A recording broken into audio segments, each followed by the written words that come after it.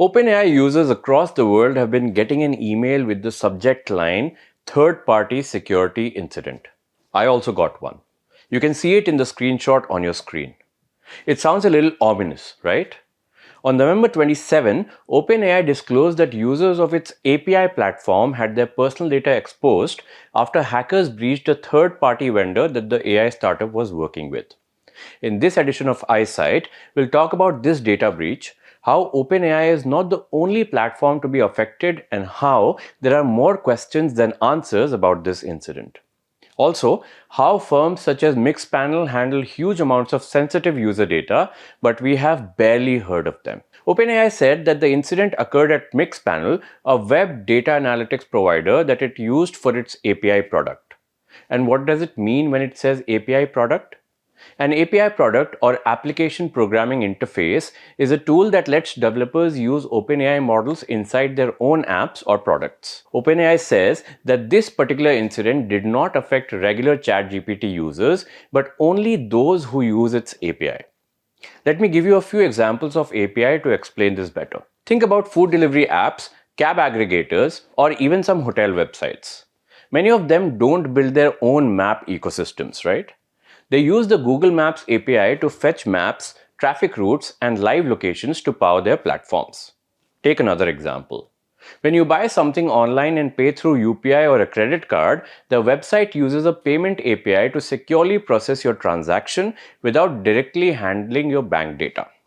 Let's take a specific OpenAI example now. Duolingo, the language learning app, uses the OpenAI API to help explain mistakes, generate practice conversations, and offer personalized feedback. Instead of pre-written responses, the app generates explanations using OpenAI.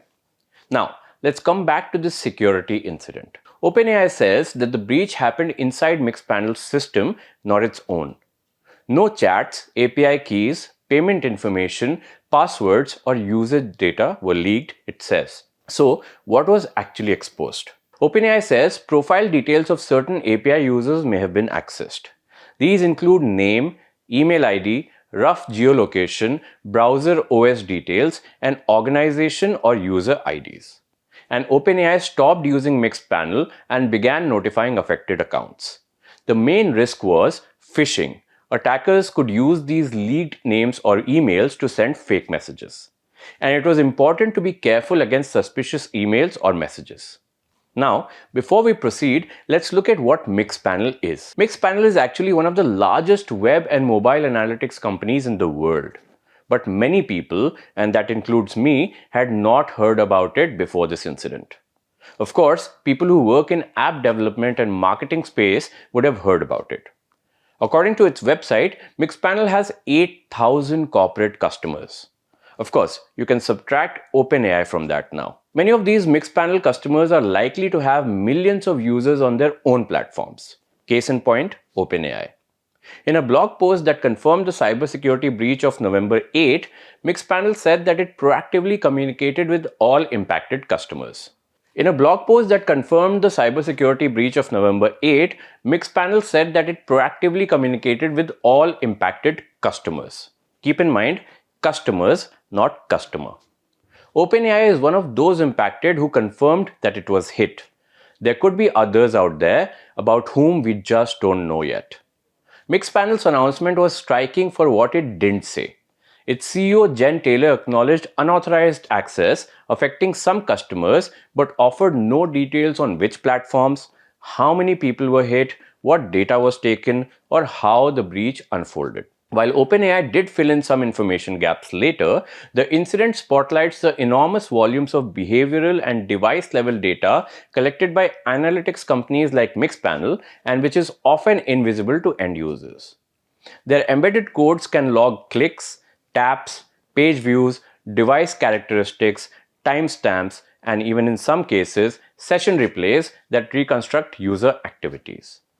Past incidents show how sensitive this data can be. Mixpanel has previously acknowledged inadvertently collecting passwords also. Because each Mixpanel client may track millions of users, the potential exposure could be significant, though Mixpanel has not revealed the scope and may not yet know about it.